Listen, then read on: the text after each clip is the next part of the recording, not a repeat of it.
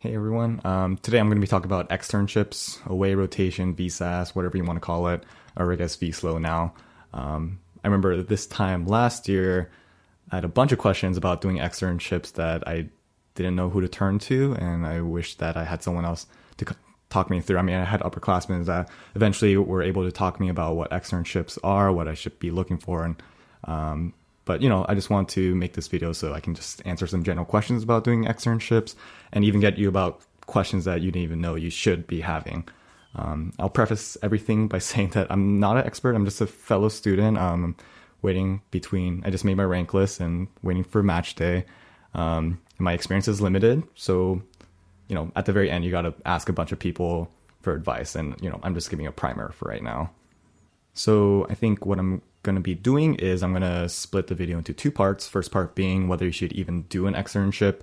And the second part being what you should be looking for in a program when considering where to do your away rotation sub-I externship. Just with a very broad brushstroke to start off with, if you're doing anything competitive in terms of specialties, this is anything surgical, ortho, ENT, Euro, or rad-onc, EM, it's an absolute yes that you should do externship. The only exceptions to squeeze you past that is if you come from an uber top tier school with a top tier program within that specialty. These are people that will get amazing letters of recommendation, research mentors, and people to vouch for you when it comes to match day or match time and getting you the interviews you need to. For other specialties that are traditionally less competitive, like peds, family, internal medicine, it's less imperative to do an externship. So, talk to your upperclassmen about your respective specialty for more specific advice on applying to it. So there's a variety of reasons why you would want to do an externship. I think the easiest reason and the most obvious reason and the reason that most medical students think about is you want to do an externship at a place you want to match into, which could be a variety of reasons. It could be your reach school. You can have your significant other in that city. You could be going to a medical school that's out of your home state. You want to be near your family again. The reasons are definitely infinite, and doing an externship, performing well, which is a conversation for a different time, will greatly improve your chance of getting an interview and subsequently getting great letters and maximizing your chances at matching at that certain program. Another reason is getting letters of recommendations. And, for this reason, I'll talk about my own story. I applied to ENT this year, which is a very competitive specialty. And my own medical school does not have an ENT program. So, for me, I had to get 3 letters or 4 letters from my externships. And surprisingly, I received a whole bunch of interviews. And when I really honestly only expected 5 to 10 interviews. And for me, what made the difference was my letters of recommendations really secured those invitations. So, if you're doing a subsurgical specialty, more than likely you're going to need 3 or 4 letters from people of that specialty. And it always looks better to get one from academic faculty rather than a community doctor. That being said, I think the content of a letter is much more important. This is for any specialty than who writes the letter. The third reason that you should be considering an externship is something that I didn't expect, but is obvious in hindsight. And it's that you'll get exposure to different types of programs, from academic to community hospitals, from big cities to small cities, and from lots of residents to just a handful, from mentorship models to hierarchical teaching, and even malignant and good programs. Medical students were only limited to see one hospital system or one academic center, but when you do these externships, you're exposing yourself to a lot of different environments. I thought it was exceedingly helpful for myself in terms of learning about what I enjoy in a program, and that's probably the most understated and the most useful part of doing an externship for myself. During my interviews, I got asked lots of questions about what are you looking for in a program, and I could give really good answers and very heartfelt answers about to that question because I was able to draw upon experiences that I had during my externships. I'm making my rank list right now, and I'm glad I had the exposure to 3 very different programs because I'm able to think through why I liked a certain program, what aspects did I see in different programs at different places that I interviewed at, and I'm going to be ranking that accordingly based on my interviews there. So when you're trying to figure out whether to do an externship or not, really the gold standard is just talking to your upperclassmen that match into your specialty and, just get familiar with other people's experience. You're going to hear arguments to not do an externship, and because that is only going to hurt you in terms of you're making a fool of yourself and the program's not going to like you. It's a classic risk benefit question.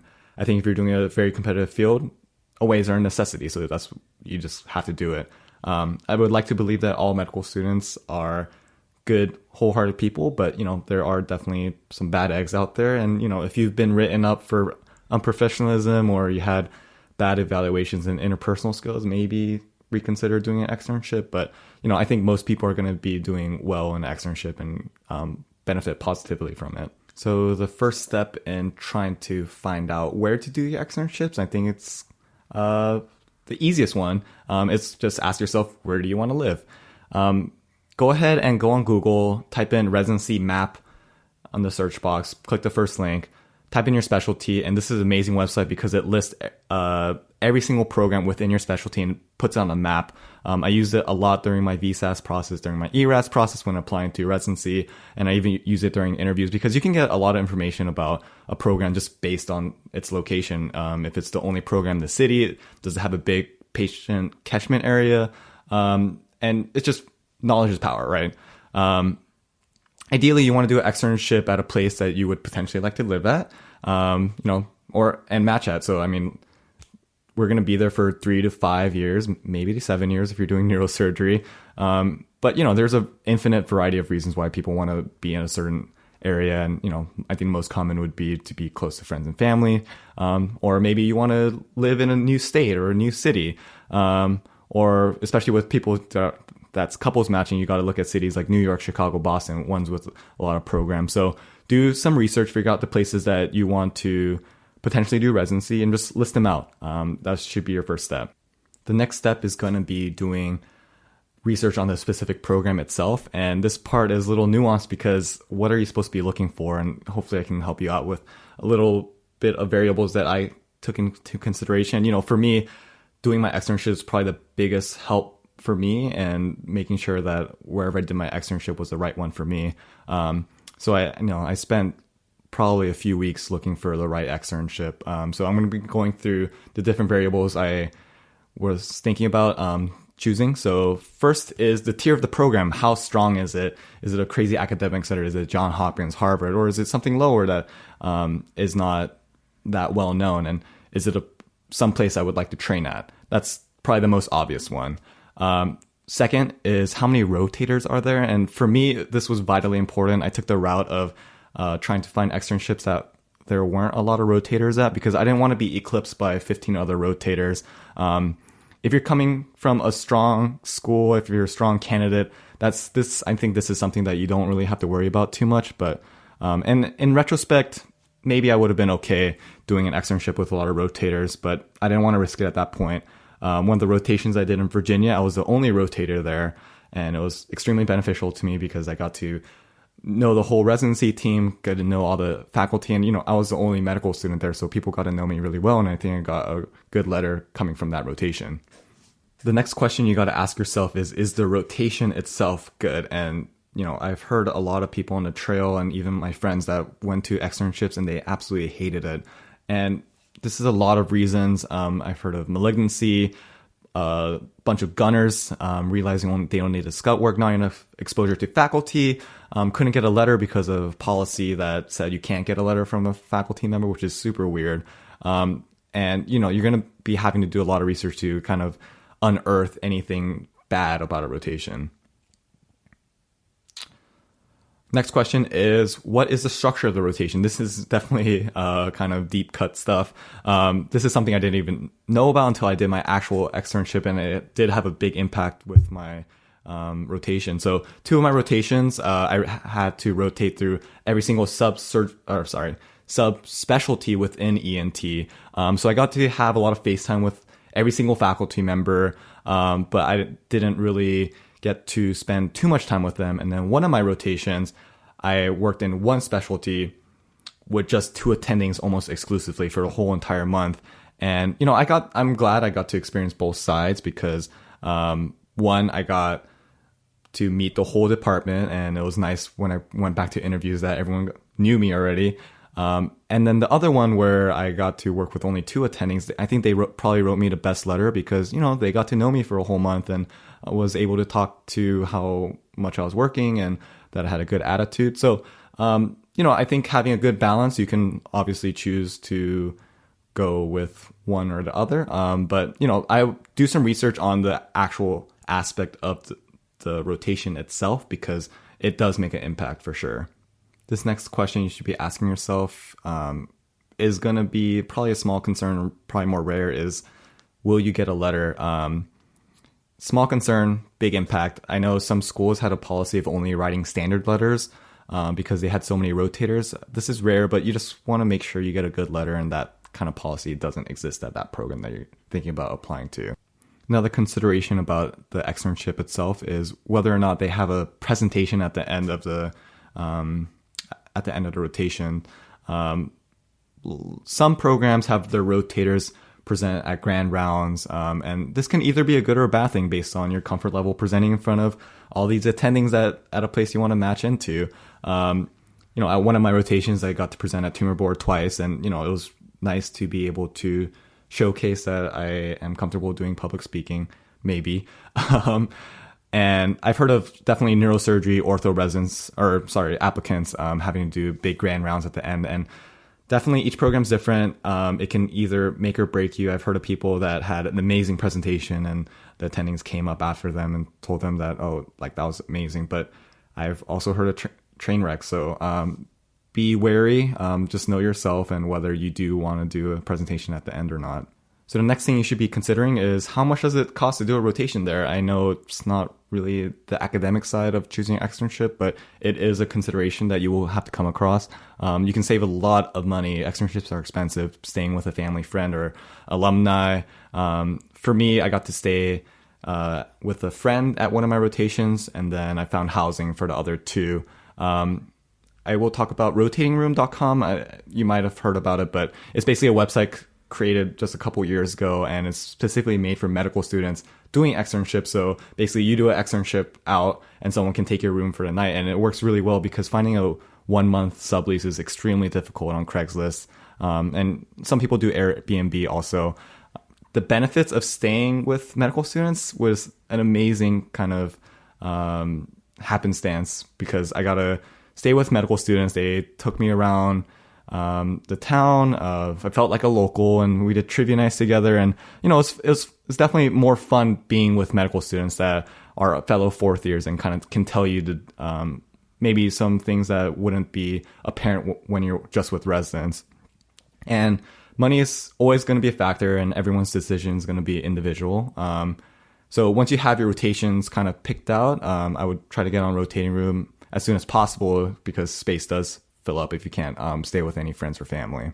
So this is the hard part of the video, and really the hardest part about choosing and what externships do is how do you research for the rotations. If anything, it's really difficult to get to know about the nature of the program unless you rotate there. So that being said, your best resource is going to be your upperclassmen or people, alumni that are at the program itself.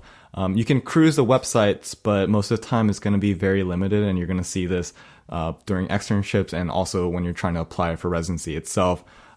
Do the best you can to research as much as possible, but at a certain point you're going to have to take the plunge and just hope that it's a good rotation.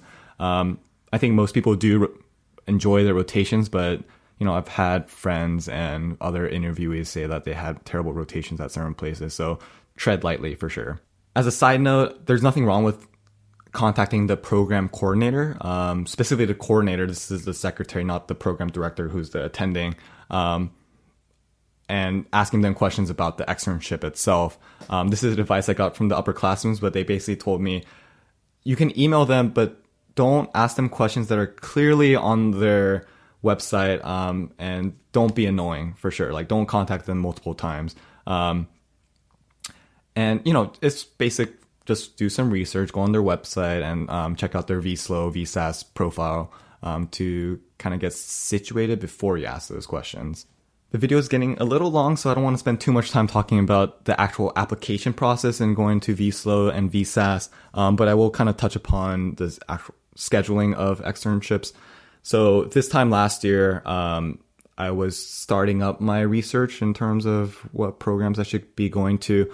Most programs open up their applications in April or May. Go on the VSLO website and check if they have deadlines.